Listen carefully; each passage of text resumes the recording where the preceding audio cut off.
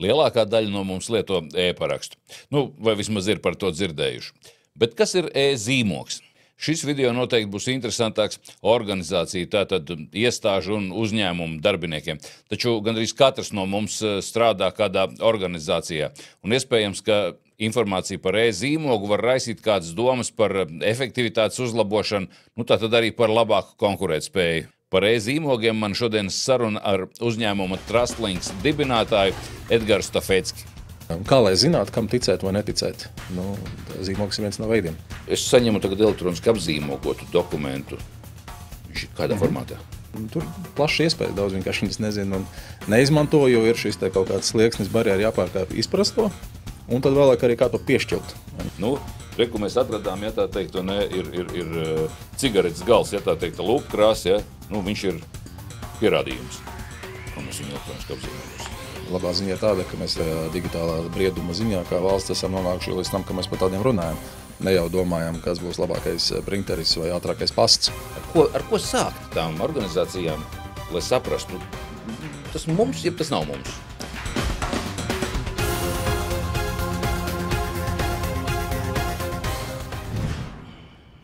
Sveiks! Sveiks, Inti! Man prieks tevi redzēt studijā. Šodien mēs runāsim par e-zīmogiem, bet vispirms es pateikšu paldies Smart ID par šīs podcastu sērijas ideju un atbalstu. Pateicoties viņiem, mēs varam tātad pastāstīt kaut ko, manuprāt, noderīgu skatītājiem saistītu ar informācijas tehnoloģijām. Un ar informācijas tehnoloģijām to es ļoti cieši saistīts, ja, un saistīts ar tādu lietu, ko speciālisti aprindās pazīst kā uzticamības pakalpojumu, ne? Jā. Kā jau es teicu, tātad mūsu saruna būs par e-zīmogiem, kas ir e-paraksts, kā ir dzirdēts, kas ir e-zīmogs, droši vien ir dzirdēts mazāk, ja?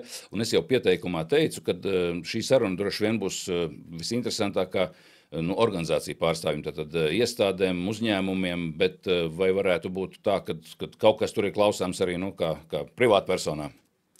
Jā, tad sākam pa punktiņiem. Jautājums bija viens, kas ir e-zīmogi, vai ne?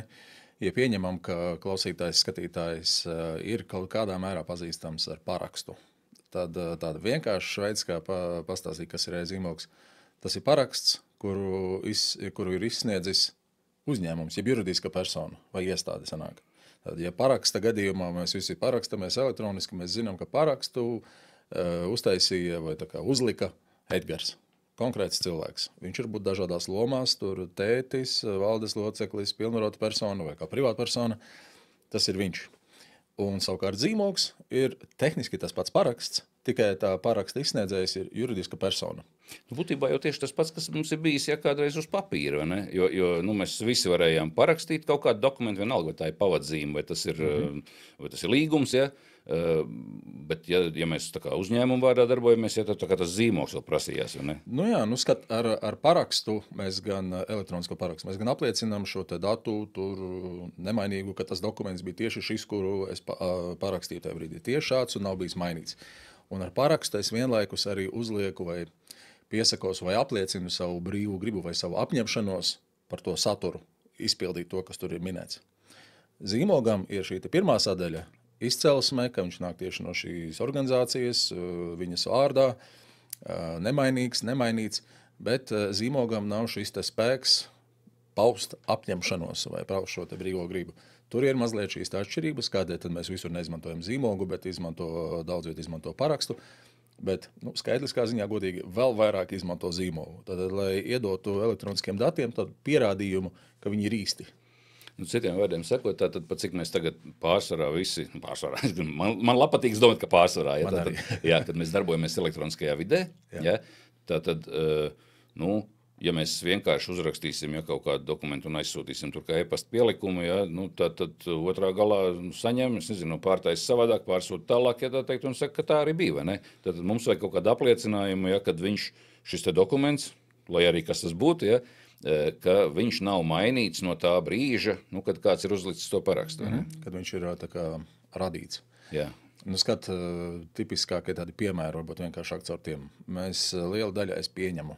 Iesniedzam gada ienākuma deklarācijas. iesniedzot deklarācijas, mēdz būt arī, ka mēs iesniedzam kaut kāds, piemēram, ziedojumus, maksājumus veiktos vai vēl kaut kāds maksājums, kurus mēs esam veikuši internetbankā.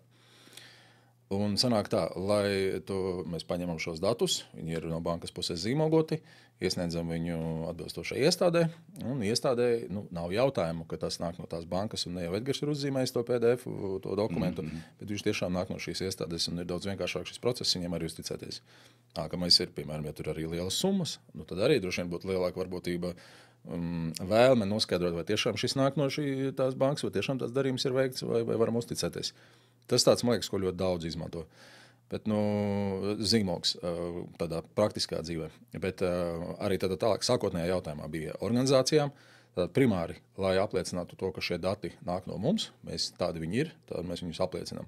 Nav vajadzīgs direktoram vai kādam vēl tur vai direktorai vai parakstīt obligāti. Lai pierādītu tikai to, ka tiešām šī pavadzīme nāk no mums vai šīs dokuments, šis piedāvājums nāk tiešām no mums ārā vai šī izziņa.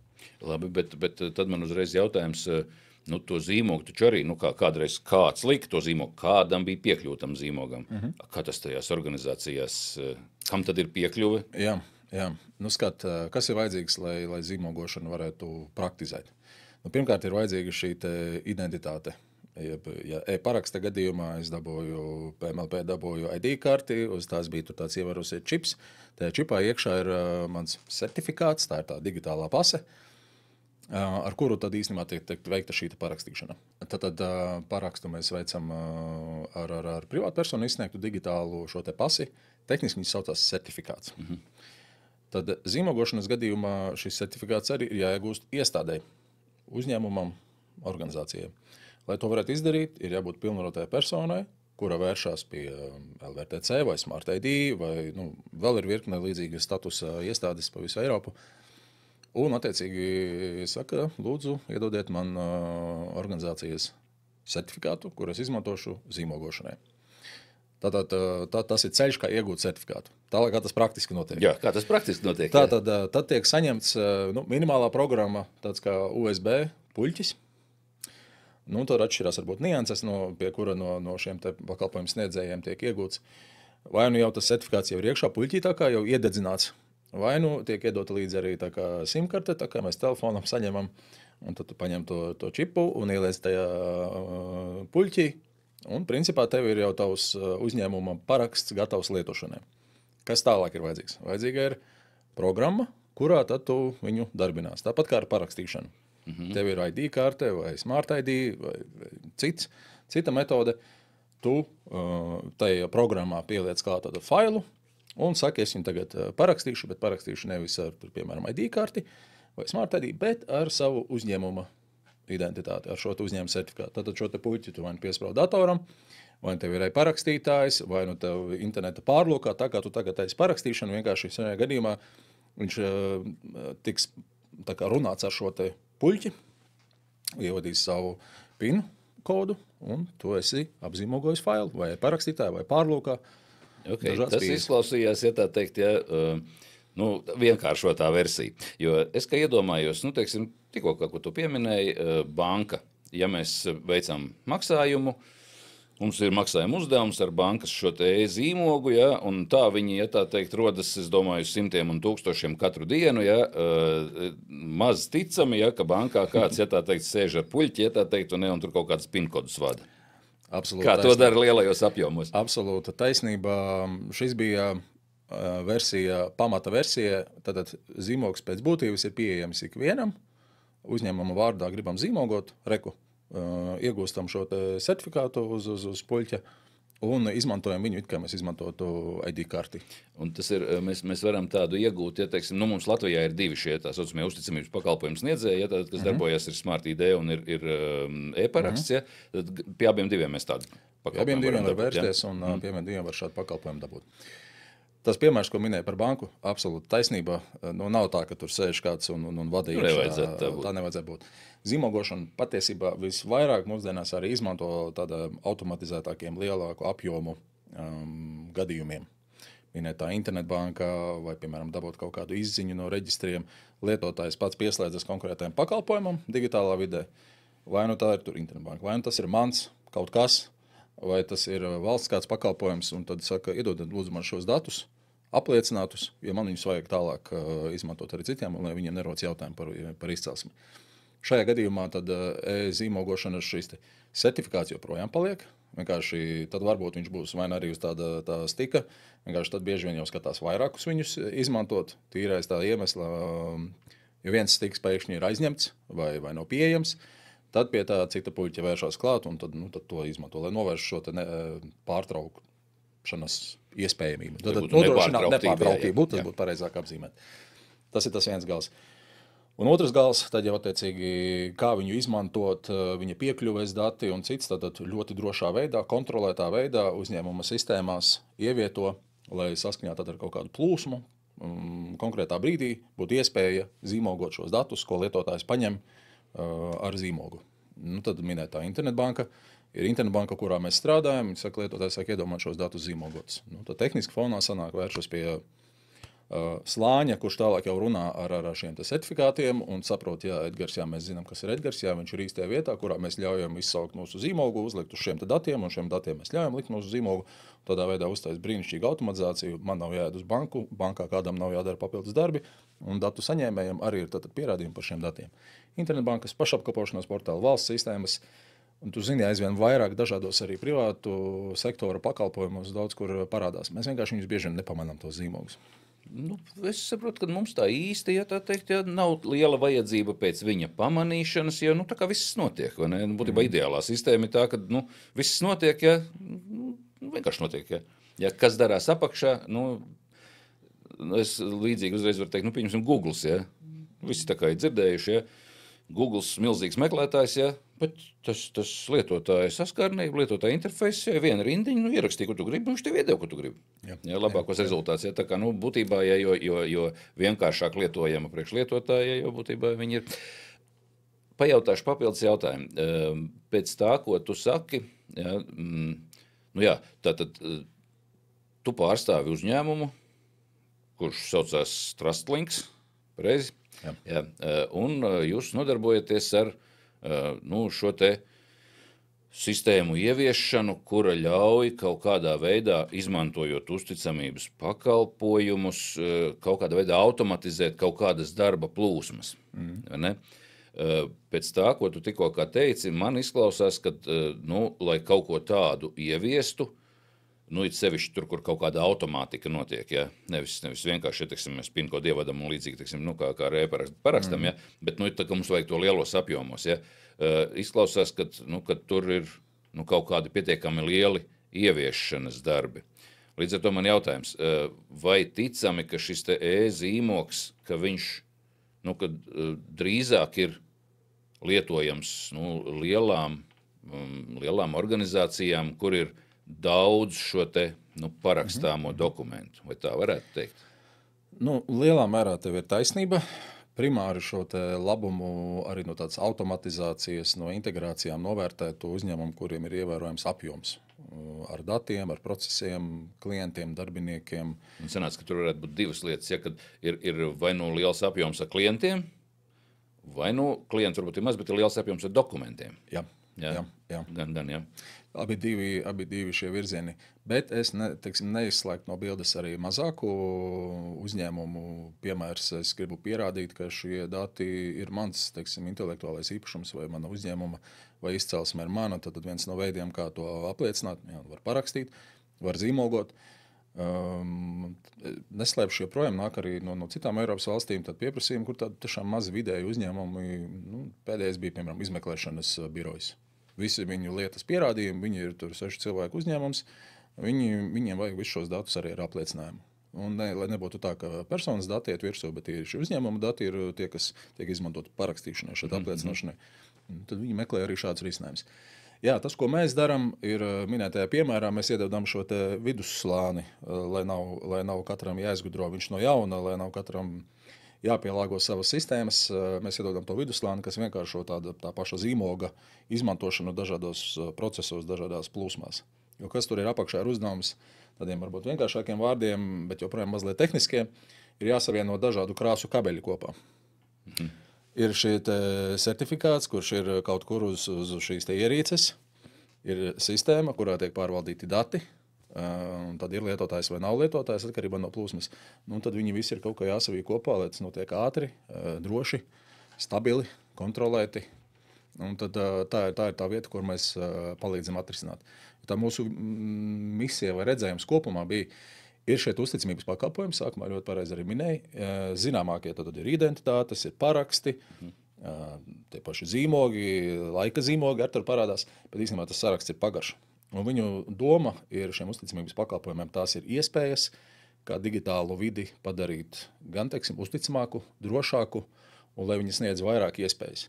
Jo, ja būvēt jebkuru digitālu pakalpojumu vai procesu, kādā brīdī tev būs nepieciešama šie kāds no uzticamības pakalpojumiem. Pirmkārt, zināt, kas tas pa cilvēku ir. Beigās arī noslēgt kaut kādu juridiski abiem diviem saistošu, lai abiem diviem ir uz rokas sava kopija, lai nav tā, ka tikai dati ir tā uzņēmuma sistēmās un man nekā nav par to, ko es esmu tur darījis. Kādā brīdī šī uzticamības pakalpojumi vajadzīgi? Un lai nebūtu tā, ka es saku, šis ir īsts, un tu saki, tas nav. Tāpēc viņi ir tā kā Eiropā kopēji standartizēti vienoti, un tad tie uzticamības pakalpojumu noteikumi ir nosacīti ārējs patiesības avots, kurš tad pasaka, šim zīmogotiem datiem var ticēt viņu izcelsmei un nemainīgumam, jo viņi ir zīmogoti saskaņā ar šo Eiropas kārtību, vienoto procedūru, tas, ko es aprakstīju iepriekš, kas ir vajadzīgs, lai to izdarītu. Tātad uzticamības pakalpojumi. Pārsvarā, tad lielāki uzņēmumi to darīs. Mums ir sanācis tā, ka mēs esam bijuši virknē šādos projektos, kur viņi tās sistēmas papildina ar šādām iespējām ar uzticamības pakalpojumiem. Tad mēs laika gaitā sapratām, ka īstenībā šī vajadzība viņa tikai augs un ir jāpadara vienkāršāk viņi pieejami.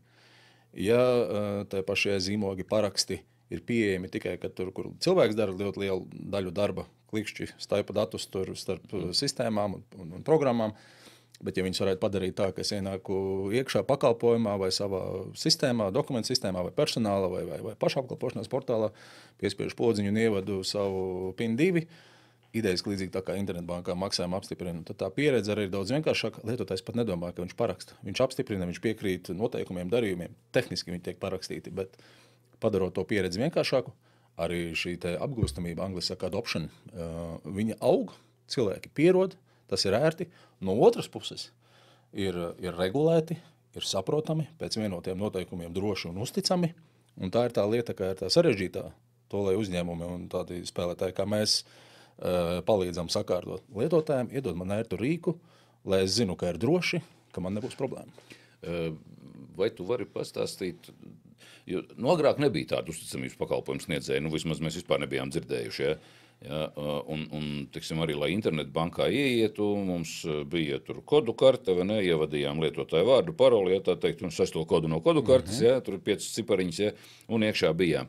Ja, un pēc tam nāca, ja man atmiņa neviļ nāca, tātad Eiropas regula, ka ir jāpāriet uz drošākiem šiem te autentifikācijas līdzekļiem, un ap to laiku parādījās mums Smart ID, ja, pirms tam bija bijis e-paraksts, ja, kurš ka visur tika daudzināts, ja, bet tas pielietojums tā īsti nebija. Viņi bija tā kā būtu uzticamības pakalpojums sniedzējs. Cik sen vispār kaut kādi parādījās šie uzticamības pakalpojums sniedzēji? Vai tev ir kaut kāds idejas? Man nav. Es Smart ID, lai piedod, man neatceros ciparu, bet es zinu skaidrs, ka LVRTC ir 100 gadi. Tikai sākumā viņi nodarbojas ar radio ieviešanu, un šo te uzticamības pakalpojumu parādījās tikai jau sanāk pēdējo 10 gažu laikā. Jā. Tas, uz ko es varu referēt, ir vienotā šī regula, vienotie noteikumi, kad Eiropā pēkšņi tad tika ieviest un parādīt vienots princips, standarti, kā tad mēs interpretējam, kas skaitās, tur vienāds ar papīrā parakstīt un kas neskaitās. Un tas bija 14. gadā, tad šī EIDAS regula parādījās tā pirmā. Kad kurš uzticamības pakalpojums sniedzējs parādījās, droši vien katram ir sava vēsture, un kurā brīdī viņi sāka tieši to darīt. Bet tātad, ja godīgi, vismaz 17 gadus es zinu, ka Baltijā eksistē, ID kartē, kur var parakstīt. Ja ne 18, jā. Labi. Dimensija saprotama. Jā, nav tas tik būtiski. Un tad man atmiņā nāk, klausoties tevis teikto, bija arī tāds pētījums. Arī mēs, arī radāmies vēl pirms Covid ērā. Vienkārši tad tā motivācija bija tāda uzņēmumiem ieviest bez papīra pakalpojumu. Lai to varētu izdarīt, tad, ja agrāk bija līgums ir spēkā, ja ir tinte, un tad, tiecīgi, regula pateica, vai arī drošais paraksts, tad to procesu varēja tā kā pilnībā uztaisīt digitāli. Jo pirms tam, un daudz arī šobrīd, jā, viss ir jauki, skaisti, forši, bet šajā tieši posmā, tur, kur jau tā kā vajag pa nopietnu komentēt, vai ne, ņemam ārā, vai drukājam, vai ņemam ārā un zenējam pa e-pastiem, vai kaut kur liekam pa mākoņiem citur, un lai to parakstu dabūtu virsū, lai arī no juridiskā viedokļa būtu viss kārtībā. Bija tad vēl pirms Covid ērā, tad tā bija pamata motivācija ieviest tā kā labāku pakalpojumu. Un es atceros arī, tad bija pētījums, Smart ID organizēts, inicēts, tika aptaujāt daudz cilvēku, Baltija plus Somija. Un tad viens jautājums, kas bija attiecībā uz e-identitātēm, uz e-parakstiem, bija jautājums, lietojot, nelietojot. Protams, visiem interesē, ja nelietot, tad kāpēc? Populārākās atbildes bija kādas. Pirmkārt, nav vienkārši iegūt. Tad tev ir jāiet uz iestādi, jādabū ID karte, kurai ir jābūt. Tā teikt, sākt lietot. Un tad viņi iegūsti, ko cilvēki bieži vien darīja senāk, vismaz to aploksnīti, ko viņi dabūja, vai ne, tā bija svēta lieta, viņi nezinu, ko viņi izdarīt, bet ne jau nolika drošā vietā. Nolika ļoti drošā vietā. Tad nākamais pat, ja tu to atceries un dari, tad tev vajag programmatūru, tev vajag spraudni un tā kā sagatavot šīs te uzsākšana, un pat, ja tam visam iziet cauri, un kur tad, lai es tagad lietoju viņu?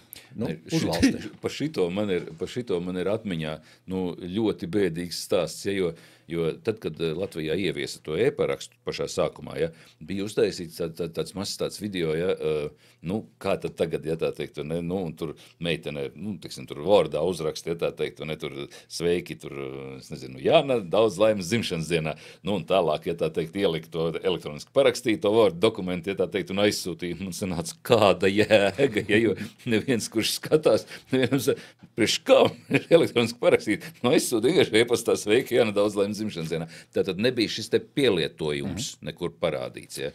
Skat, un tātad, jā, pat ja tam iziet cauri, kur lai lieto? Jā. Un tad sanāk, tas arī bija laiks, mēs gājām arī pie uzņēmumiem, teicām, draugi, negaidām, kad nāks pie jūsu durvīm ar dakšām jūsu klienti un protestēs, teicat, ieviesiet savā pakalpojumā atbalstu identitātēm un parakstiem.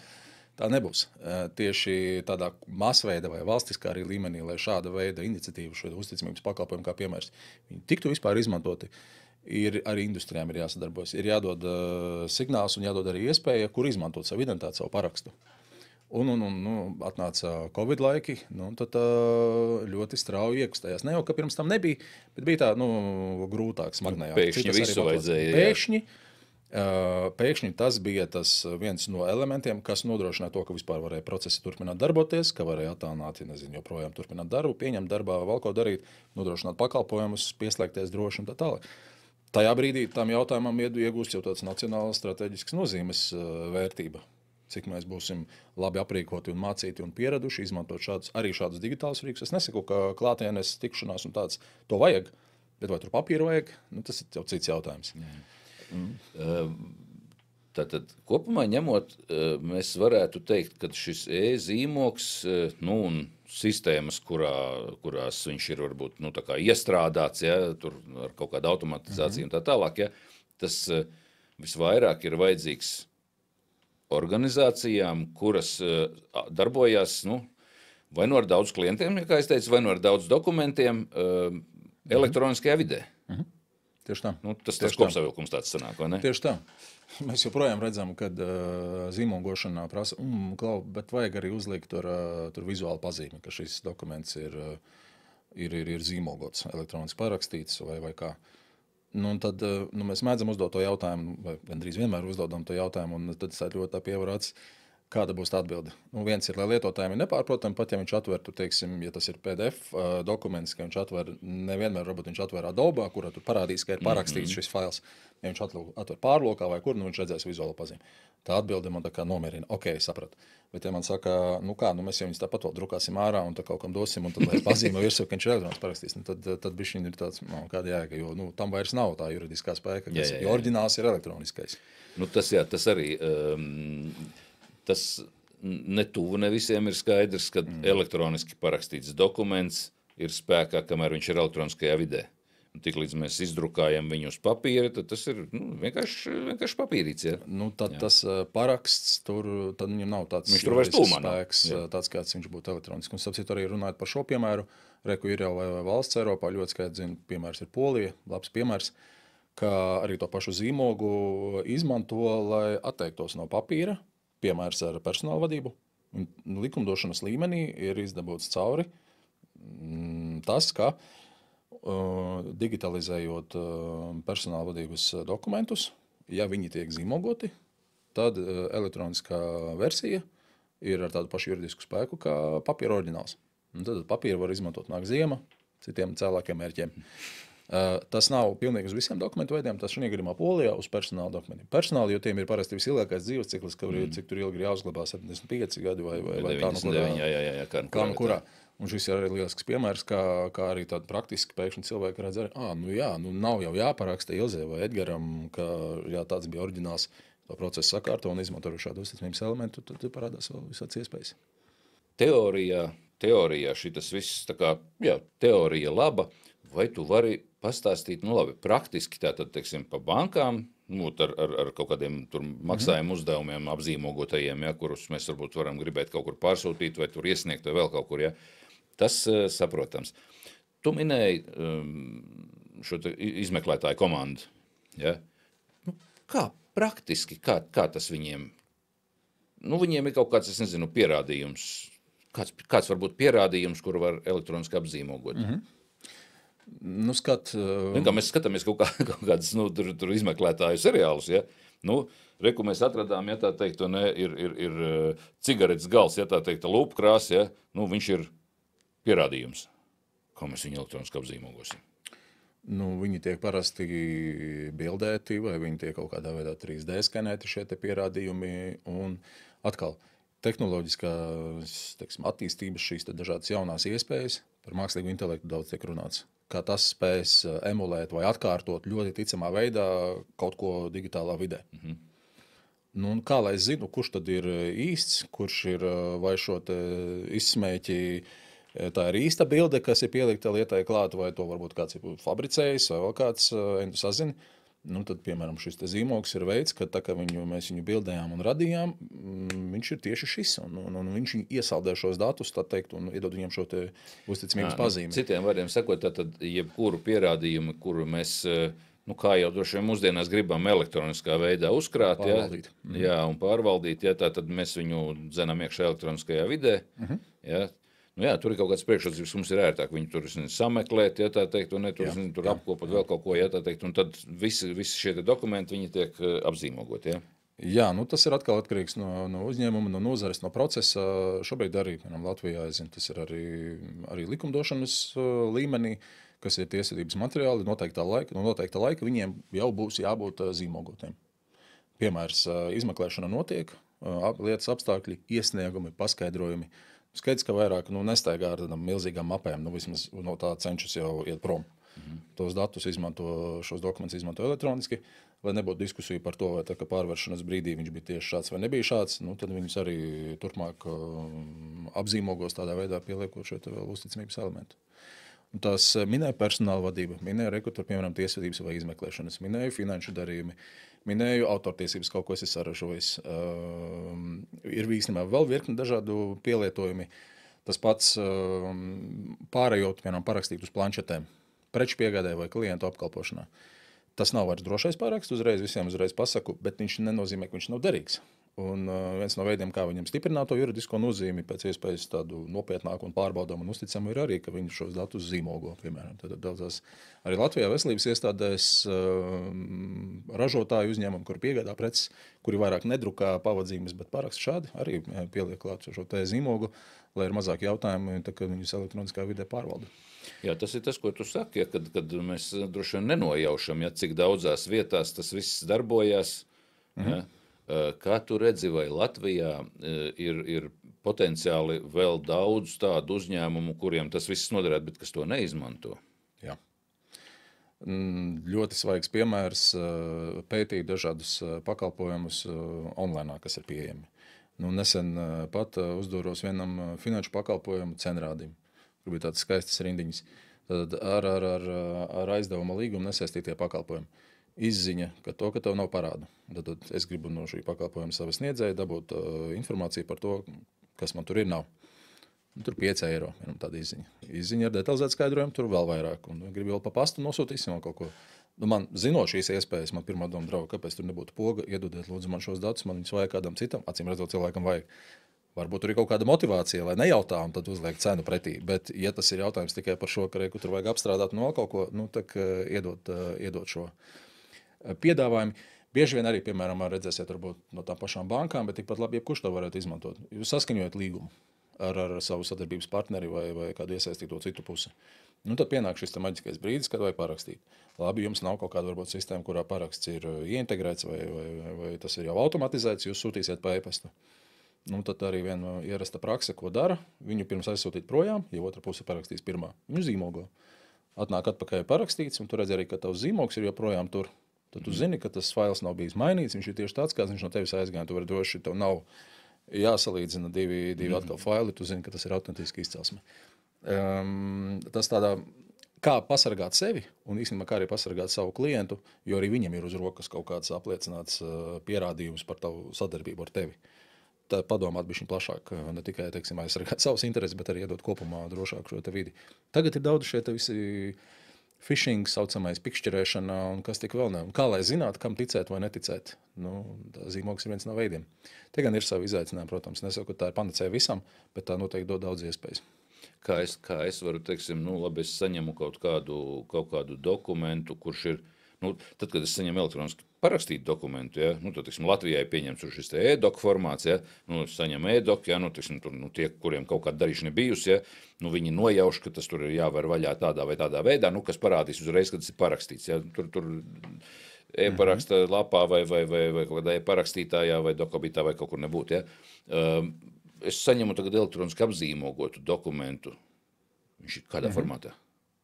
Tevis paši minētie, atgriežamies pie paša sākuma. Tas pats paraksts, tikai taisīts nevis ar privātu personas identitāti, bet ar organizācijas identitāti. Arī tad varētu būt arī e-docs vai e-sik, tad būtu jau Eiropas kopējais, ka viņi varēs atvērt arī ne tikai vai tie, kuriem ir parakstītājs, bet arī citviet.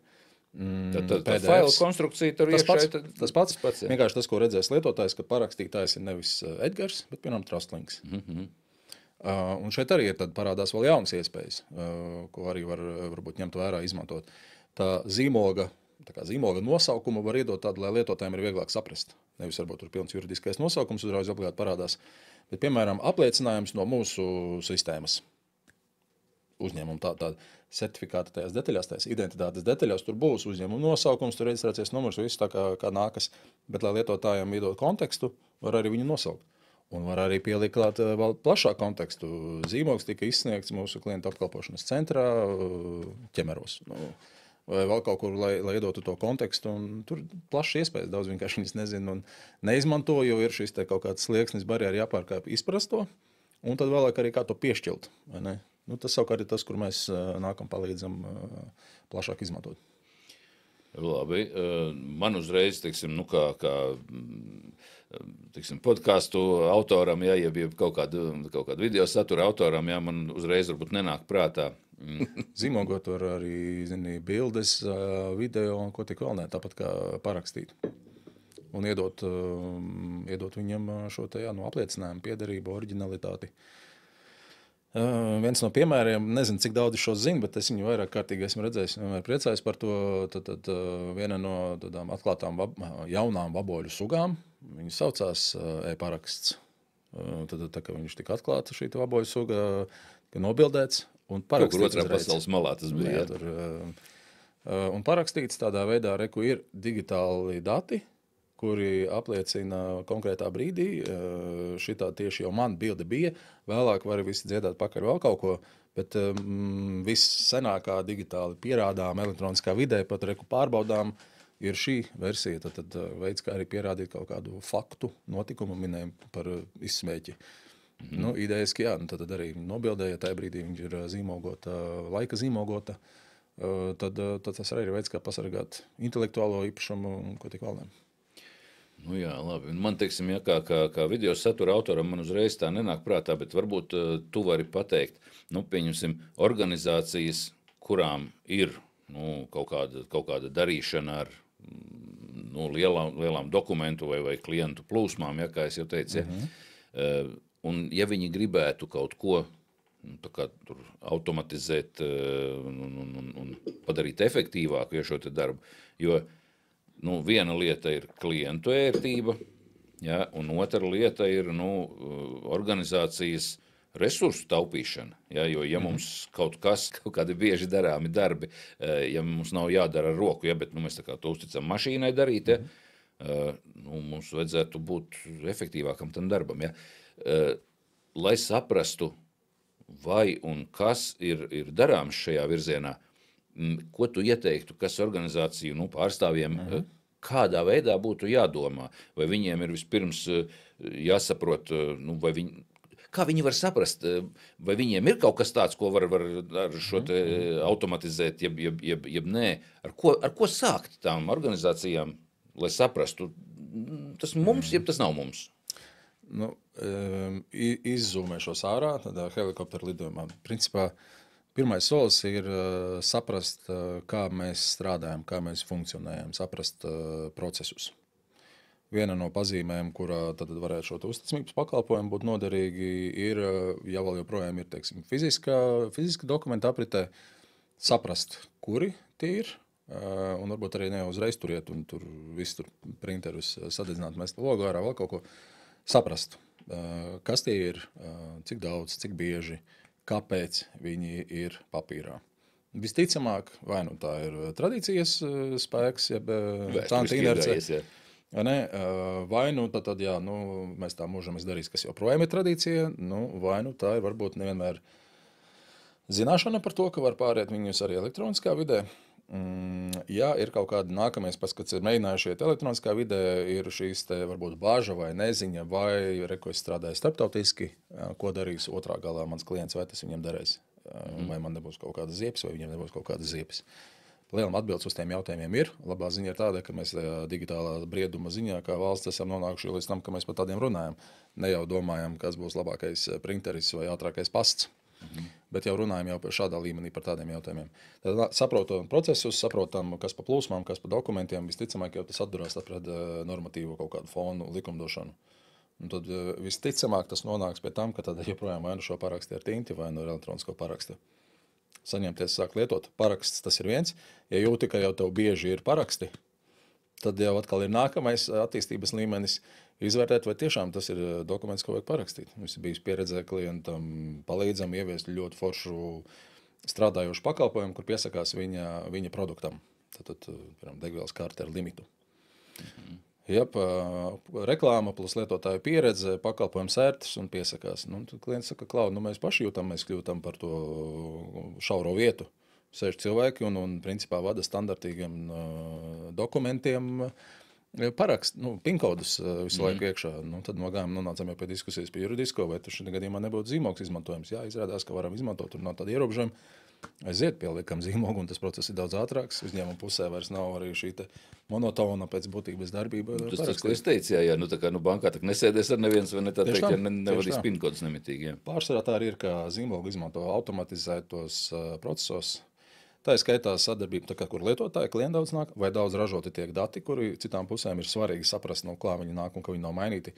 Tie tikpat labi ir arī, kad komunicē dažādas sistēmas vai dažādas iestādes elektroniskā veidā, bet ne jau cilvēks sūta pa pastu, bet sistēma ar sistēmu komunicē. Mūsu pašu kaimiņu valstī šādā veidā ir būvēta šī saziņas starp iestādēm. Ja šis pieprasījums ir zīmogots, lai to zīmogu dabūtu, tas uzņēmums ir izgājis cauri noteiktai procedūrai, šim te pieteikumam, tad viņi apskās, viņiem iedod zīmogu. Zīmogu viņš izmanto, zīmogojot savus pieprasījumus, bet atkal ne jau manuāli, bet sistēmā integrēt, sūtot zīmogot pieprasījumu, otrā galā zina, no kā viņš nāk, viņi saprot, ka šim mēs varam dot to atbildi un izpildīt to pieprasījumu un iedot datus atpakaļ. Tādā ziņā šīs zīmogošanas un komunikācija pa lielam tāpat ir, tā jau sen notiek, tā nav tikai, ka uzticamības pakalpojums tev iedod certifikātu, to uzņēmumu zīmogu. Bankas tev iedod certifikātu, tad tu komunikācijā ar banku viņu izmanto, un banka zina, ka tas ir tieši tu, kas nāk. Bet viņš ir derīgs tikai starp tevi un banku. Ja tu paņem no Smart ID vai no LVTC, tad jau tas zīmogs ir sadarbspējīgs, un tas latviski teiktu interoperability. Šī te, ka, jā, nu tie ir dati, atver jebkurš viņus, un viņš redzēs, ka viņi ir ar zaļu ķeksi vai dzeltenu, kurā gadījumā. Apkopojot teikto, sanāk tā, zīmogs. Tas ir tā kā paraksts, tikai paraksts, ko ir veicis uzņēmums, jeb juridiska persona, tikpat labi arī iestāde. Viņu var izmantot, lai pierādītu, ka šie dati nāk no mums, viņi ir īsti un uzticami un nemainīti, nu, bet ar zīmogu nevar, teiksim, parakstīt darba līgumu, jo ar zīmogu tu nepaudi apņemšanos pildīt tieši šos, ko tu runā. To tomēr paraksta virtuāla persona, nevis privāta persona. Tātad juridisks spēks tam ir, var izmantot.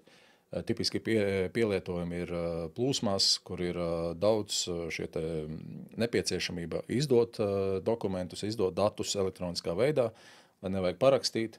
Ļoti liela varbūtība, ka viņus varētu arī īstenībā zīmogot un tādā veidā pātrināt procesu, samazināt iekšēju slogu, manuālas darbības, padarīt savu biznesu gudrāku. Kā to iegūt? Jebkurš uzņēmuma pilnvarots pārstāvis var pieteikties pie Smart ID, pie LVRTC, iegūt uzņēmuma identitāti, šo te uzņēmuma certifikātu, vai nu viņi iegūst uz tādu USB puļķa, vai nu ir arī jau tādas industriālāka pieeja, ka viņi iegūst tā kā datni, kā failu un darbina citādāk. Jau kaut kur jau sistēmās. Sistēmās jau tur jau tas jau tāds nopietnāks, tā ir tāda tehnokrātiskāka saruna. Bet tā, kā cilvēkam, kā lietotājiem, iegūstam certifikātu, pievienojam viņu vai datoram, vai viņš ir tāds serverī atbilstoši, tas ir tāds automatizētāks process. Bet jau arī datorā pieliekot pašai parakstītājai vai interneta pārlūkā, kur tev ir iespēja parakstīt, arī tur tad izsauktu ievadi savu PIN, un tu būsi zīmogojis konkrēto failu vai failus. Zīmogots fails, sūti viņu jebkuram vai pats saglabā, viņš ir arī laika zīmogots parasti, tas nozīmē, ka ir ilgtermiņa derīgums viņam tad atvarot arī pēc daudziem gadiem, jo, protams, zinās, ka konkrētajā brīdī Edgars bija pie Inta, vienojās vai parakstīja šo te aktu, viņu zīmogoja, un tieši tajā brīdī gan Edgars, gan Ints bija zināms, un arī uzņēmums bija zināms, un certifikāti bija derīgi, un tieši šie dati tika parakstīti. Nu jā, man jau vairāk izklausās pēc tā, ka tad, kad ir tie lielie apjomi, ja tā teikt, un kad tas ir automatizācija, kaut kur jau iebūvēts iekšā, jo, pretējā gadījumā mēs tā kā varam arī parakstīt, ja tā teikt, kā... Te vienīgā tāda atkāpe ir vēl arī ir šis te personu datu aizsardzības regula. Jā, kaut kādos tad ir pielietojumi arī situācijas, kurās, neliec varbūt savam darbiniekam vai kolēģim parakstīt dokumentu, kurā tad būs visi viņa personas dati, kur varbūt to parakstu nevajag obligāti, kur var aizstāt ar zīmogu. Tad šis ir tāds vēl viens apsvērums, kas ir jāņem vērā. Tas ir okay, saprotams, no procesa, lai nav tā, ka tu sūti nepatīkamu priekš saņēmēju varbūt saturu, nepatīkamas ziņas. Viņš tur zobus konkrēto darbinieku. Viņš vai ne to ziņnesi grib, ar ziņnesi galā grib. Un ziņnešu dati šajā gadījumā, ja paraksta dati ir redzami. Zīmoga gadījumā, viņš redzēs, tas nāk no uzņēmuma, tiešām tas nāk no šī uzņēmuma, var dokumentā būt kāds konkrēts pieminēts, kontaktpersonas vai vēl kaut kas, bet vismaz parakstā. Cilvēks, kas tajā brīdī parakstīja, viņš varbūt pēc kāda laika nestrādās, uzņēmums joprojām, un šī apliecinājums no uzņēmuma, kurš tajā brīdī eksistē, viņš paliek. Labi, tas ir saprotams apsvērums. Man ir viens piemērs, es tur iepriekš stāstīju par mūsu misiju un redzējumu un vīziju un par to, ka, ja uzticamības pakalpojumus izmanto plašāk, apgūst tās pašas identitātes. Piemēram, iztēlies situāciju, ideālā manā prātā tāda pazīme ideālai pasaulē būtu arī tāda, ka es esmu drošs, piemēram, tur, kur mani bērni iet digitālā vidē, tur spēlēt spēles vai kaut ko darīt, ka es zinātu, ka jebkurš lietotājs ir gājis cauri šai identifikācijai, autentifikācijai, kur viņam ir droši pārbaudīt identitāti. Tātad aizmugurē ir pārbaudīts reāls cilvēks. Tad tas vairs nav vienkārši virtuāls kaut kas, kurš saka, ka dzīvē ir Edgars, patiesībā ir Pēteris vai kāds cits. Tas ir viens. Tad, savukārt, lai to panāktu, ir jāpanāk šī izmantošana sabiedrībā, ka cilvēki tiešām izmanto. Tālāk jau arī kā lai panāk, lai tajos pakalpojumos šīs identitātes tiek ieslēgtas, ka caur viņām ir jāiet, lai tiktu klāt. Man jau vispār šķiet, kad ideāli būtu, ja varētu par to vienoties, bet tad sanāk, ka būtu jāvienojās visā pasaulē, teiksim, kad vispār internetam var slēgties klāt tikai ar savu reālo identitāti. Pēc tam tu virs viņas vari likt kā kaut kādu nākamo slāni. Ja tu iepazīšanās portālā, varbūt negribu uzreiz savu tur vārdu uzvārdu personas kodu. Lai ir atrodams, kas tad tas vispār ir. Tas ir pirmais solis. Tad otrs iztēlojas, kur tieši ienāk zīmogi. Atceramies atkal, pat nav sen jārok dezinformācija digitālā vidē. Tā man ar tāda vīzija ir bijusi. Es nezinu, kā to panākt, bet tā doma ir bijusi. Nu, kādēļ gan nevarētu būt tā, ka jebkas, kas ir nonāk, teiksim, digitālā vidē, viņš varētu būt zīmogots. Te nav runa par viedokļu brīvību vai vārda brīvību vai vēl kaut ko, bet par to, ka par šo viedokli, par šo saturu kāds atbild, viņš tas kādam pieder. Tātad gan autortiesība, gan arī ir atbildība par to, ka tāds iznāk ārā. Kopumā šie divi piemēri, ko es tagad runāju par identitātēm un zīmogiem, man tā vīzija bijusi tāda, ka nākotnē varētu būt divi veidi interneti. Viens, kurš ir tā kā tagad, un otrs, tātad, kurā, jebkuram virtuālajai personai tomēr ir atpakaļ, var izrakt atpakaļ, kurš tas ir īstais cilvēks ar konkrētu identitāti, pat ja negrib to izmantot sociālos, vēl kaut kur tik ne. Otrs, jebkam saturam, kurš ir publicēts, tās pašas ziņas, jaunumi, vēl kaut kas, viņām ir kāds, kas par to atbild. Un trešais, protams, tie paši paraksti, un kombinējot iepriekšējos, ka digitāla vide ir pietiekami stipra, uzticami saistoša, un lietotāji viņi ir tik ļoti apguvuši. Nāks Covid, vēl kaut kas nāks, mums tas tik ļoti nerūpēs, mēs jau mācēsim šādā vidē strādāt, paralēli arī, ja vajag atgriezties uz papīra, vai drīzāk būvējam to digitālo pietiekami stipru, lai nevar nogāzt, serveri izslēdz un nestrādā kaut kas. Protams, tā nav, bet tas ir virziens, kā es redzu, ka varētu būt divi veidi interneti. Jā, man sanāca šī gada sākumā piedalīties tādā pasākumā, kas saucas Eiropas pilsoņu panelis, kurā savāca 150 cilvēkus no brīvi izvēlēts no visām Eiropas Savienības dalību valstīm, un viņi izsaka savu viedokli un kaut kādas savas domas un dod ieteikumus par kaut kādu tēmu, kas ir no lielajām aktualitātēm. Mūsu paneļa tēma bija naida apkarošana sabiedrībā, un kā viena no lietām, kur ļoti daudz tas tiek kultivēts, tā tad bija šī elektroniskā vide. Un tad es arī izteicu savu domu, kad būtu skaisti, ja varētu vienoties, tā sakot, pasauli, ka internetā vienmēr visi ir atpazīstami, kas viņi tādi ir. Ja? Un tā argumentācija pret bija, ka mēs dzīvojam tādā valstī, ja tā teikt, kas ir demokrātiski, ja, bet ir valsts, kurās vajā par viedokli. Ja? Līdz ar to, ja tā teikt, ja, visā pasaulē to ieviest, ja, tā kā nebūs īsti reāli. Ja? Ja, tā kā, jā, mums ir viens skatiens, ja piemēram, es par saviem vārdiem esmu gatavs atbildēt. Ja es esmu gatavs, internetā visu, kas ir internetā, tas tur ir uz mūžu. To ne visi atcerās. Jā, bet es esmu gatavs atbildēt par to, ko es tur ielieku. Ja, un par to, ko es saku. Ir daļa cilvēku, kas nav gatavi atbildēt, un ir, kā es teicu, ir valstis, kurās cilvēks varbūt būtu gatavs atbildēt, bet ne ar savu galvu, gluži, jo tur viņš var... Skat, mums ir... Palēmējies dzīvot reģionā, ko sauc par Eiropu. Mums ir arī, protams, ir viedokļu dažādība, ir viedokļu brīvība. Tāpat laikā ir arī Eiropas vērtības, uz kurām balstās dažādas lietas sabiedrībā, uzņēmēju darbības vidē un tā skaitā arī digitālos pakalpojumos, digitālā vidē. Un nav noslēpums tagad šai regulē, kuras iepriekš minēju, šie vienotie noteikumi, kuri definē uzticamības pakalpojumus, kuri skaidro, kurā gadījumā kas ir kas. Viņam nāk jauna versija, kura, ja tā iepriekšējā versija, viņa bija tāda mazliet bezzobaina. Viņa leģitimizēja parakstus, zīmogus, identitātes, uzlika varbūt valsts sektoram un tiesām pieņemt, ja tur ir drošs paraksts, tad paņemt. Bet pa lielam apmēram viss. Lūdzu ir ar domu, ka iesam tagad visi izmantos. Tā kā arī tu minēji ar skepsi to, bija paraksts, bet kur tur pielietojamība. Tagad jaunā versija izstāsta jau vairāk ar zobiņiem. Spiežot, sakot, draugi, lielās platformas, jums būs jāatbalsta Eiropas digitālās identitātes maksa kā metode, ar ko pieslēgties šādā te lielākā platformā. Kāpēc? Jo šādas uz Eiropas vērtībām balstītas, tās pašas identitātes pieejas, tas, kā mēs to redzam, viņas dod vairāk spēku vai ietekmi pašam datu cilvēkam. Kādus datus tieši es dodu, cik daudz viņus var izmantot. Tad šajā virzienā ir noteiktas kustības, ir noteikti panākumi, noteikti soļi, kas notiek. Protams, viņi prasa laiku. Paši redzam, paraksts, cik ilgu laiku paņēma, lai mums tas liktos pašsaprotami. Bet tas iet uz priekšu, tad vismaz tādā reģiona līmenī, caur šī gadījumā, vairs ne caur burkānu, bet caur stiku. Jā, caur pātagu, jā.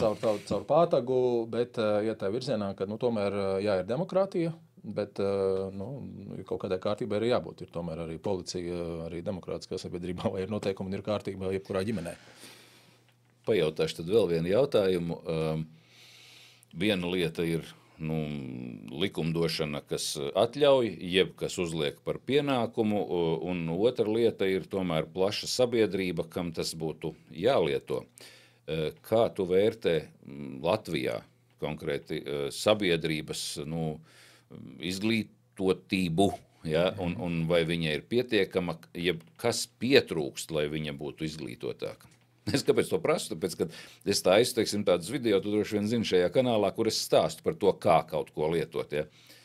Ja, vai tā ir tāda lieta, kas trūkst, jeb to, kā to vispār risināt, teiksim, lai sabiedrība saprastu, kā lietot kaut kādas šīs tomēr sarežģītās sistēmas? Jā, es saprotu jautājumu esenciju, un tur nav droši vien vienkārši atbilde.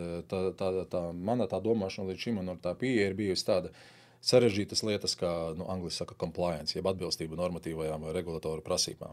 Tādas lietas kā kiberdrošība, tādas lietas kā kaut kā tur sarežģītas darbības, vēl kaut ko būvēt tos pakalpojumus, tos procesus elektroniskā vidē.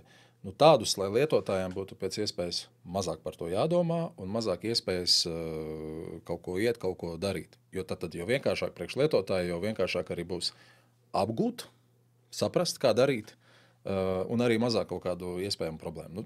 Varbūt es tādu mazliet diskriminēju tos lietotājus, bet tas ir viens. Tāpat laikā, protams, es esmu, teiksim, vai kā privātpersona, vai kā, teiksim, mazs vidējs uzņēmums. Es varbūt nevaru atļauties tādas sistēmas, kurās jau tur viss ir integrēts. Tāpēc ir arī šeit rīki, ikvienam pieejami, tas pats e-parakstītājs, e-paraksts LV, parakstī, zīmogo, reku jau tev ir pieejams. Jā, bet šajā gadījumā tev ir diezgan daudz tas manuālais darbs. Tātad, jā, atkal nākamais. Jānāk ir nozarēm klāt. Tomēr ir jābūt šim te dialogam starp tie, kas izdod likumus, noteikumus jaunas, tagad būs jauna kārtība. Tas droši vien ir tas svarīgākais, kā spēj sarunāt, sadarboties, lai kopā iet un palīdz sabiedrībai apgūt, paņemt. Paldies arī tev. Tātad tu arī esi sava veida nozares spēlētājs, kurš savukārt ar saturu izglīto un stāsta, un tad tas kļūst pieejams. Tas ir tāds kopdarbs. Nebūs jau arī tā, ka viens atnāks, pateiks, draugi, tagad visi izmantojam identitātes maku. Kas tie tādi ir, kur viņus izmantot, sazinu. Tad mēs ar tevi čivinam, citi runās, ies uz priekšu, mans tas un tas viņu tur parādīsies, un viss kopā jāsaprot arī tas cēlākais mērķis, ka mēs kā sabiedrība kļūsim stiprāki. Labi, paldies tev par šiem komentāriem, paldies tev par stāstu. Paldies.